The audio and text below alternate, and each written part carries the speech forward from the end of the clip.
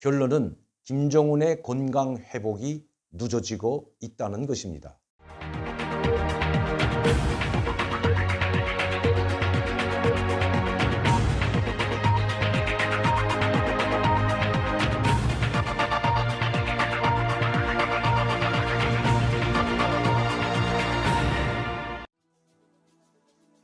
안녕하십니까 여러분, 박명도TV 자유조선을 시작하겠습니다. 김정은이 얼마나 건강이 악화됐는지는 모르지만 지금 건강이 나빠졌기 때문에 원산에 내려가 병치료와 함께 휴양을 하고 있다는 말씀 여러분들께 드렸습니다. 이렇게 중요한 한미 정상회담이 그것도 북한과 관련된 내용이 상당히 들어가 있는데도 불구하고 북한에서는 지금 아무런 발표나 대응도 하지 않고 있다는 것입니다. 한미 정상회담에 대해서는 일체 말하지 않고 예전에 있었던 한미일 공조에 대해서 비방 중상을 하고 있고 한미 국방협의체에 대한 비판을 가하고 있는 것도 이상한 일입니다. 그것도 오래전에 있었던 이야기들을 가지고 말입니다. 북한이라는 나라는 1인 독재 지배체제하에 있는 정권입니다. 김정은 지시가 없으면 아무것도 할 수 없는 것이 바로 북한입니다. 제가 김정은의 건강에 대해서 여러분들께 자주 말씀드리는 것도 그의 건강이 북한 정권과 직결될 수 있기 때문입니다. 왜냐하면 1인 독재 지배체제 하에서는 그 독재자 한 사람이 모든 국가에 관한 결정을 혼자서 하기 때문에 그 독재자 권력에 공백이 생긴다면 상당히 혼란스럽고 체제가 와해될 수도 있기 때문입니다.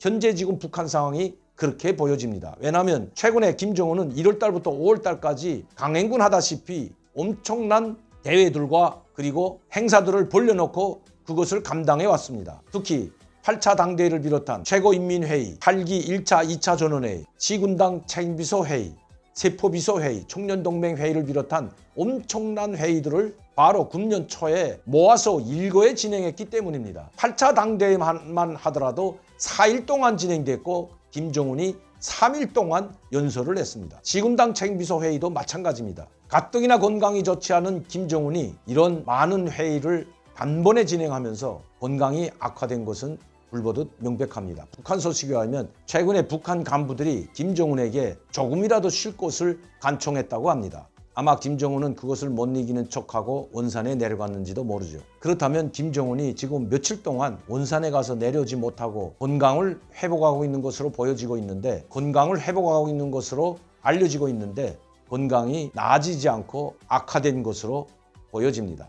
그렇지 않고서야 이 중요한 한미 정상회담에 관한 김정은의 일절 지시가 없을 수가 만무하기 때문입니다. 북한도 이번 한미 정상회담의 그 결과에 예의주시하고 있던 것은 이미 북한 매체들을 통해서도 알 수 있는 것입니다. 최근에는 북한 한 대외 선전 매체가 해리스 부통령이 악수를 하고 악수를 한 손을 돌아서서 옷에 문지르는 그 영상을 계속해서 내보내고 있는 것도 예사로운 일이 아니라는 것입니다. 그만큼 한미 정상회담에 관한 모든 진행 상황을 일일이 체크하고 있었다고 해도 과언이 아니라는 것입니다. 이런 중대사안 문제를 일주일이 넘도록 북한이 일체 보도하지 않고 거기에 관한 공식 입장이나 대응을 하지 않는 것은 바로 김정은의 부재로밖에 볼 수가 없다는 것입니다. 독재자 김정은이 지시가 없으면 유치원 하나도 건설할 수 없는 것이 바로 북한의 오늘의 현실입니다. 유치원 건설이나 학교 건설까지도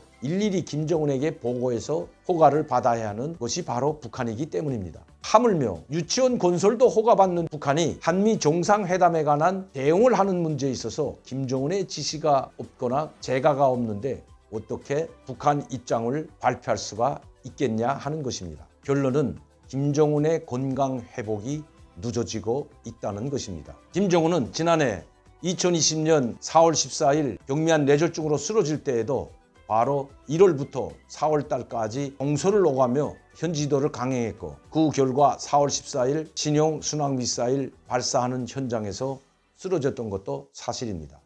그때에도 약 20일간 나타나지 못했고 원산에서 치료를 받았던 것이 확인된 사실이 있습니다. 올해도 1월부터 5월 초까지 엄청난 대규모 행사들을 벌려놓고 강행군을 했던 김정은이었습니다. 김정은은 항상 이렇게 무리한 군사지도나 미사일 발사 현장 그리고 대규모 행사들을 지도한 이후에는 항상 건강이 악화되곤 하였다는 것이 북한에서 온 소식입니다. 김종일 역시 3번의 뇌졸중으로 흡사한 것은 이미 다 알고 있는 사실입니다. 할아버지 김일성이나 아버지 김종일 역시 심혈관 질환과 뇌졸중 경력이 있는 상황에서 김정은 역시 부유전자를 물려받아 뇌졸중 질환이 있을 수 있다는 것이 북한에서 온 소식입니다.